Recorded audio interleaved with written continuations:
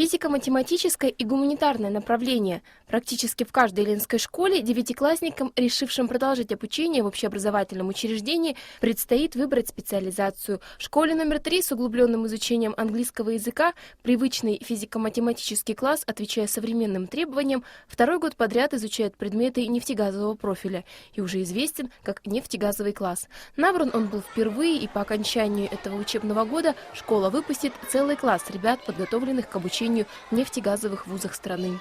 Был, во-первых, социальный заказ, во-вторых, был интерес со стороны детей и родителей, поэтому такой класс был открыт. Основной костяк класса был из учеников нашей школы, ну и подошли ребята из других школ, в данный 10 класс. Специально для класса нового направления был составлен соответствующий учебный план, в котором помимо основных общеобразовательных предметов были введены расширенные курсы математики, физики, английского языка, плюс английский для международного общения.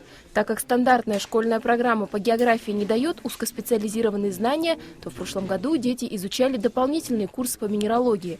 Также в новинку был и такой вузовский предмет, как экономика. По сравнению с остальными 11-классниками, учащимся нефтегазового класса добавили и часы по химии, которая в вузах считается профильным предметом. Дело в том, что по программе химия в 10-11 классе предусмотрена всего лишь один раз в неделю.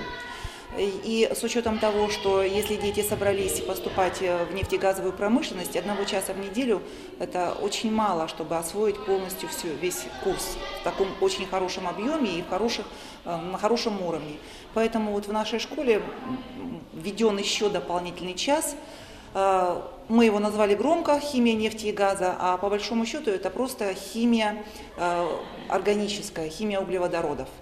По предварительному опросу, который был проведен в нефтегазовом классе в начале октября, 7 человек собираются продолжить нефтегазовое образование в вузе. Но, как говорит директор школы Наталья Сидоркина, до мая еще все может кардинально измениться. А в сторону уменьшения или увеличения количества неважно, это все равно уже положительный опыт.